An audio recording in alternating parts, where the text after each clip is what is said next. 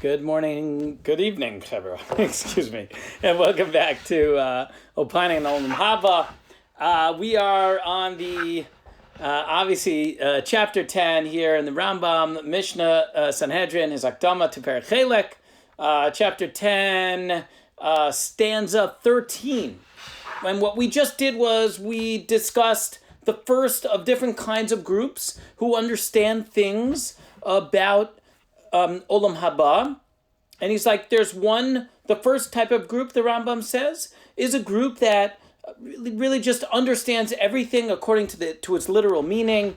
And he basically says it's very foolish. The rabbis, when they spoke, when they give explanations to things, when they speak in the language, the beautiful flowery language of Midrash, of Chazal, of the Gemara, a lot of the language is meant to be metaphorical, and it's meant to be understood in a deeper level, not just for its surface meaning. But he's like, that's the first category of people when it comes to the midrashim or the sayings of the rabbis regarding Olam Haba.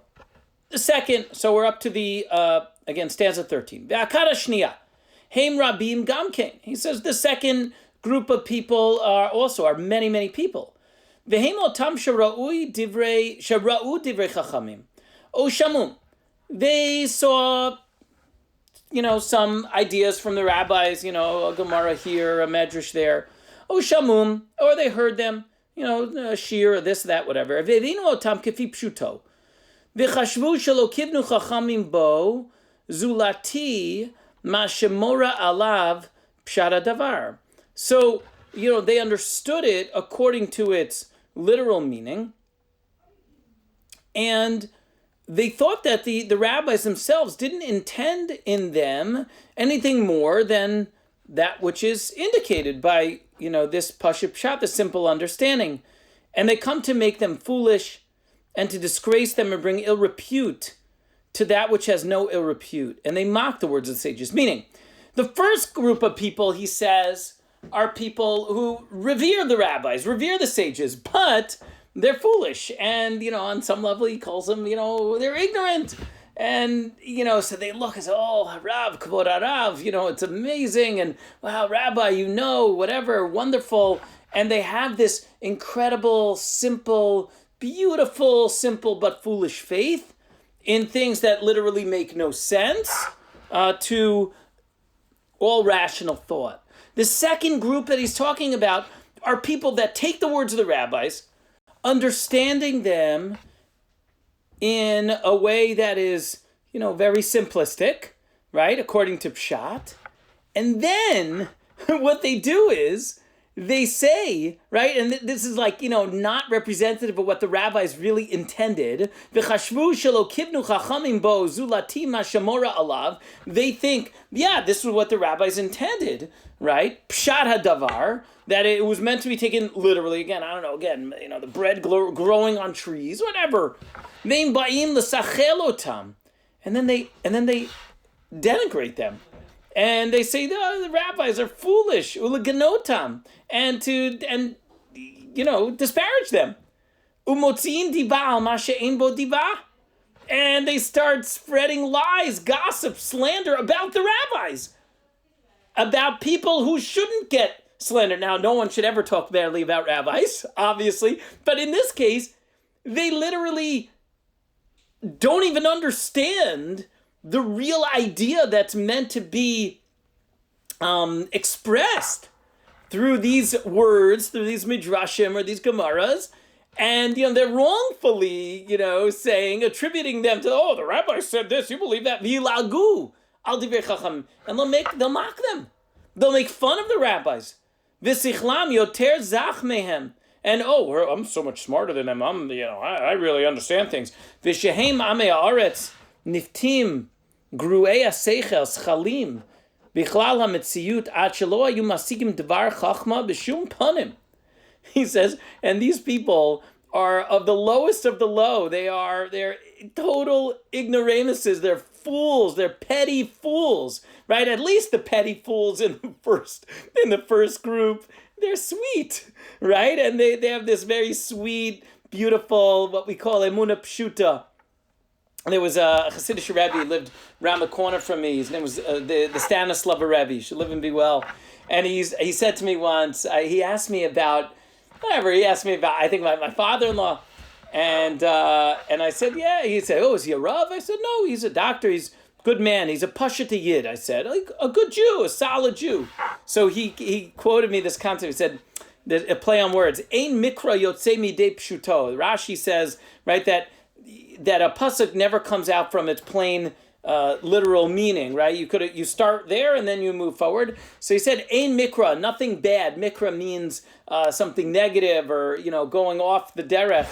Comes yotzei midei pshuto, comes from a pashat yid.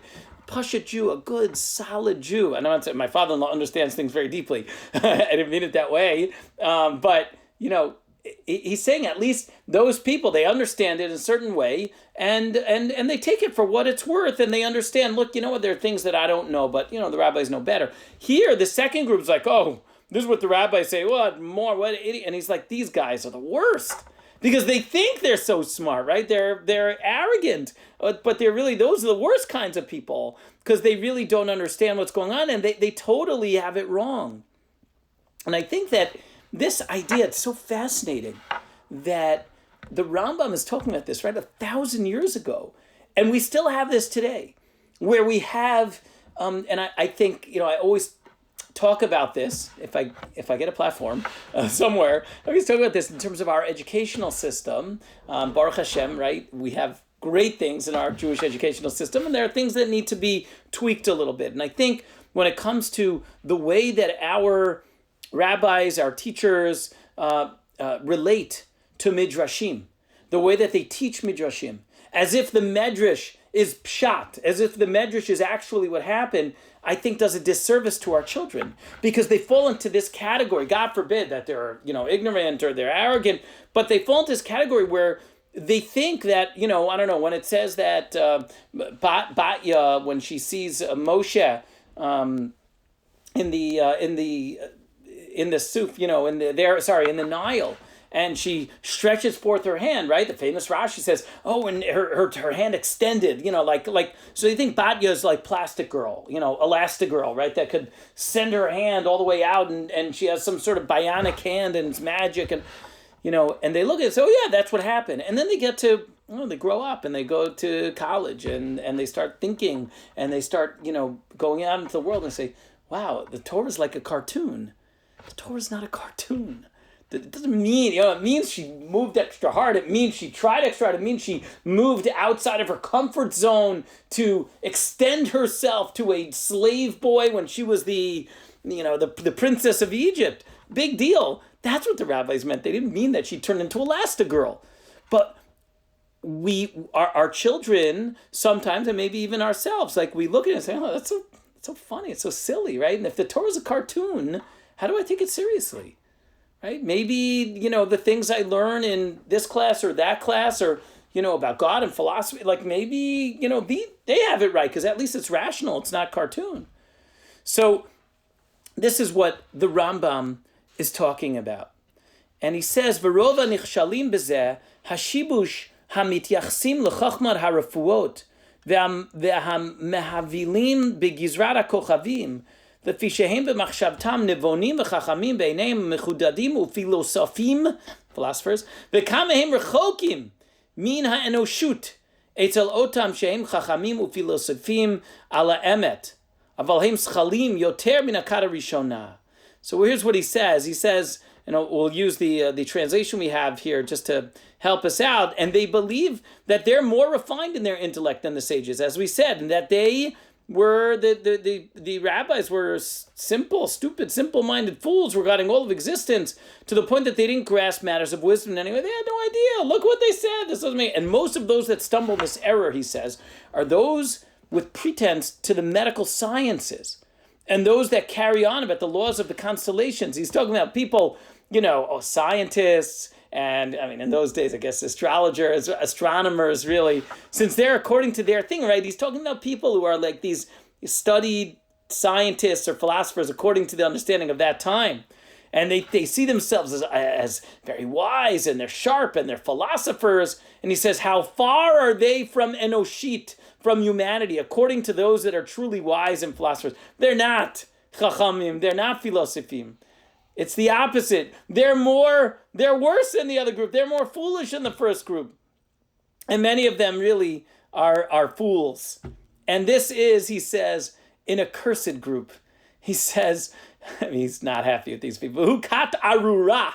לפשעים משיבים על אנשים גדולים ונשיאים אשר נתבררה חכמתם לחכמים ואלו הפתאים אילו היה עמלם בחכמות עד שיהיו יודעים איך ראוי לסדר ולכתוב הדבר מחכמת האלוהות והדומה להם מן הדברים אצל ההמון ואצל החכמים ויבינו החלק המעשיי מן הפילוסופיה אז היו מבינים אם החכמים זה החכמים אם לא וימדבר להם Inyan Divrehem, right? And these people, he says, they don't understand what they're talking about because they question the greatest people that we have with wisdom. Like, it's obvious, right? The Chachamim, the Chachmei HaMishnah, Chachmei HaGemara, the Chachmei HaMesorah, as we say, they were unbelievable. They were Gedolim. Now, did they know that their Chachma, that their wisdom had limitations? Of course they did.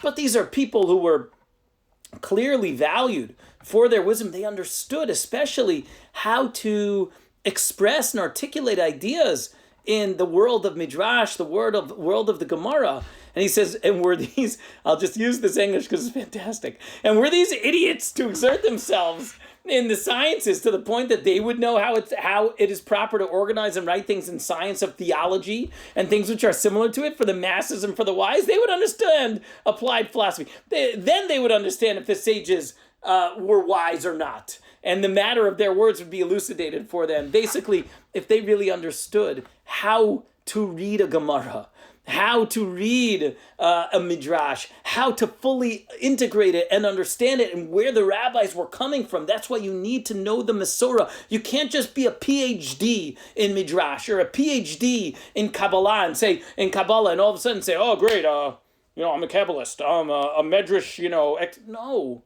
No, there's an understanding, there's a way there's a methodology on what the rabbis were trying to say, how they were trying to say it. And the only way to get it is through learning, is through intense learning, immersion in it with rabbis who had rabbis, who had rabbis, who had rabbis, who had teachers, and so on and so forth, so that we understand the Mesorah and that we know what the real intentions of the Chacham and Chazal were and how to incorporate those intentions into our lives. So that is the second group. May none of us fall into that second group, and may we learn from the error of their ways. Have a great, great day, a great week, and a Gittin Shabbos.